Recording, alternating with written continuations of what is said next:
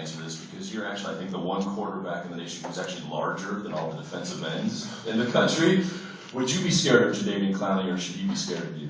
I would not be scared of Jadeveon Clowney, and I wouldn't expect him to be scared of me because I guess we're about the same size. And then, he's probably the first person drafted, so I wouldn't expect him to be scared at all. All right. Now that we got that cleared up. There we go. Question right there. Logan, Bob Halliday. It's really strange to look at last year's stats and not see any Virginia Tech players in rushing in the top 10. Obviously, you guys want to tweak your running game, made some coaching changes in the offseason. Talk about how that process is coming along and what we should look for.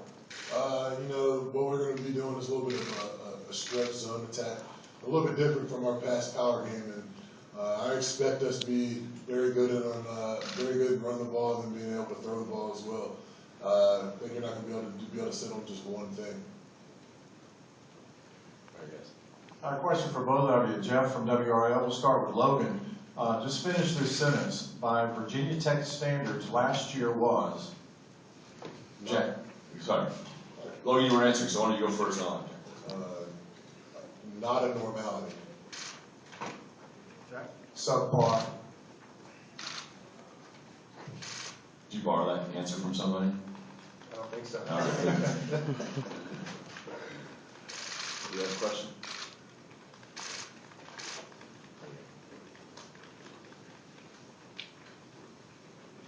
Hey guys, Mark Larson from YNTV in Syracuse. Speaking of Syracuse, as you probably know, used to be an old Big East rival of Von Tech, and now they're back in the league. Maybe you don't know about that rivalry, but can you talk about having them back and the fun of going back and carry them? I know it's not this year, but coming up. So Jack, why don't you start with that one? Well, I was a little bit more of a Virginia Tech fan growing up than Logan was. I remember playing the Donovan McNabbs and whatnot back in the day, and I think it's great to renew rivalries like that. Also great because Virginia Tech has a good tradition with Pittsburgh too. So it's always good for the ACC to bring in teams like that, but it's great for programs like Virginia Tech who get two old rivalries renewed. I think it's good just because it makes this conference stronger. Pitt and Syracuse both, I think, are a great add to this conference. To make it, where everybody who's ever played in this conference and who's in it now to be, the best conference there is. That's everybody's goal, and that's what we're trying to do. And I think they're going to help it. Logan, let me ask you about wide receivers. You lost some of your familiar favorite targets from last year. Is that hard to get comfortable with you guys coming into this 2013 season? It's definitely tough, simply because you got to create relationships with these new guys. But these new guys are doing a very good job of gaining my trust by being out there every single day. They're coming to every 7-on-7. They're out there in their own time, even out there on Saturdays when we're not even around campus. And that's what's going to make us good on offense is those guys pushing each other. They're all freshmen and sophomores, and they're pushing the guys that are older than them, and then also they're pushing the guys that are younger than them, and that's how you create a better team. Jack, give me a sense of what your defensive coordinator, Bud Foster, is like. What's he like to play for? Just the tradition that he brings to the table. He's obviously a premier college defensive coordinator, so he brings a lot to the table in terms of that. But he's also just a great guy outside of football. He, what most people see of him yelling and screaming, that's 2 or 3 times a game, a few times during practice, but 99% of the time he's just a regular guy who likes to have a good time. And I'm fortunate that I'm in his room. He's my coach, and so I consider him like he's my second dad. Question way back. All right, this is for either one of you, Brad Ziegler from WDBJ in Roanoke. Just going back to saying last year was subpar, last year was not the normality. How excited are you to get on the field this fall for camp? Not only to get on the field, but having a new personnel coaching staff on the offensive side of the ball too. All right, so since you went to offense, Logan, why don't you go first? We're extremely excited. For me, every single day is something new I can learn from Coach. It's something that will make this team better every single day. It's been fun getting to know him thus far, but once August 5th hits and we're able to be around each other a lot more often and just be able to understand what his mind is like, I think it's going to be fun, and also leading off with who we do is going to help push us. I think the biggest thing that I've seen this offseason with the new coaching staff is the energy they bring. That culture shock that we had because we haven't had new coaches in so long, and we finally got some new offensive coaches, that the energy levels are that much higher, and therefore the excitement during practice, you get a lot better because you're working harder, you're working faster. There's just so much more energy and excitement during practice that it definitely correlates to how we play on Saturdays, and then because we play Alabama first game and how big of a game that is, and obviously the excitement and energy levels are even that much higher because of that. Dan Tortora, DTB Media. And going off the fact that you said it's not a normality and that it was subpar last season, define the team this season. You talked a little bit about the offense and the defense. I'll start with you, Jack. What do you see out of Virginia Tech moving forward? Well, our expectations are always high.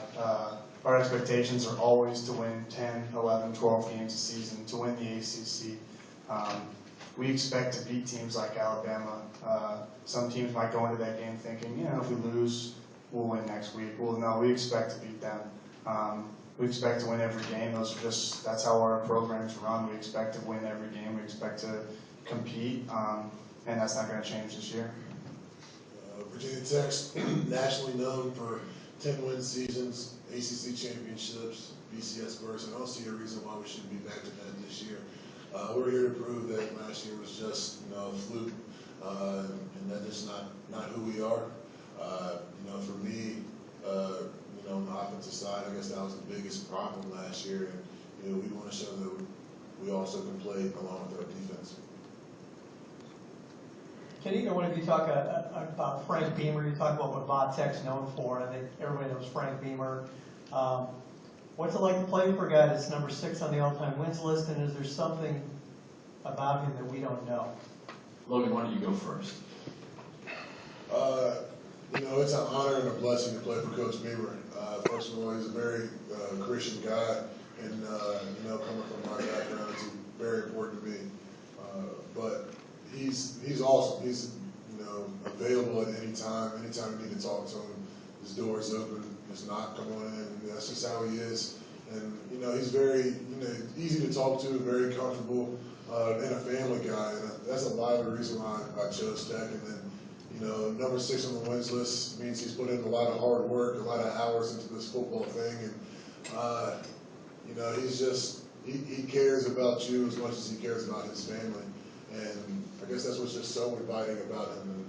And as for anything you don't know about him, I'm not real sure, but I've told a couple guys today that he loves to dance, but none of y'all really get a chance to see it unless you're in the locker room. It's not the Harlem Shake, though. Yeah, that was actually a big surprise to us. How about you, Jack? I think like Logan said, it's obviously an honor to play for such a prestigious coach. But bouncing off of what he just said, I think even though he's a little older, he definitely is a 22-year-old at heart.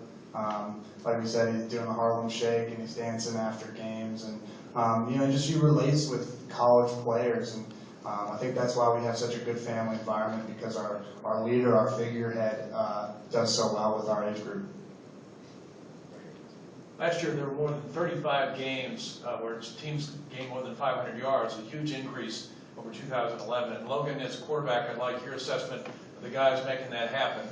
Todd said that he believes the ACC has the best quarterbacks in the country. And then, Jack, I'd like your assessment of what it's like trying to stop all these talented quarterbacks in their 500-yard total offense games.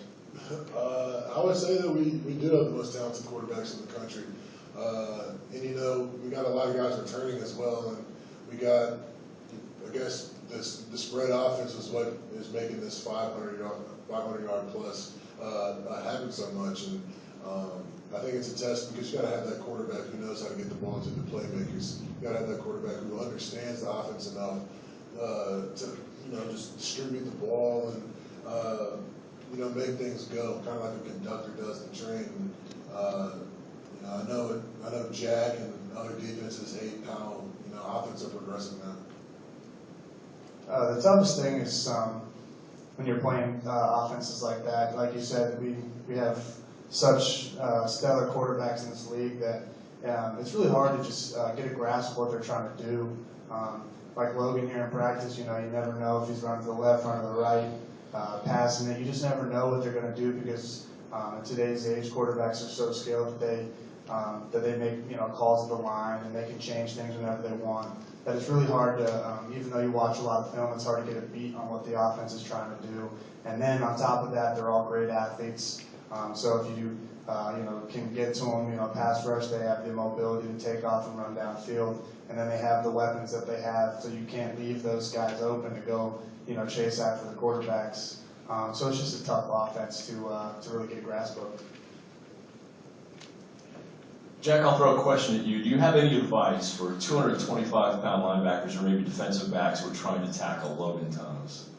The biggest advice is go for his ankles. Never tackle him high, because your shoulders are probably not going to be attached to your body anymore. No, but just obviously Logan's a big guy and he runs downhill and he runs fast. And it's a lot of weight coming at you, so go for the ankles. All right, there you go. Oh, hey, by the way, I hear you're an avid golfer now. Is that right? Break down your game. Well, let's see. Tiger Woods, I would say, is about the level of play that I'm at.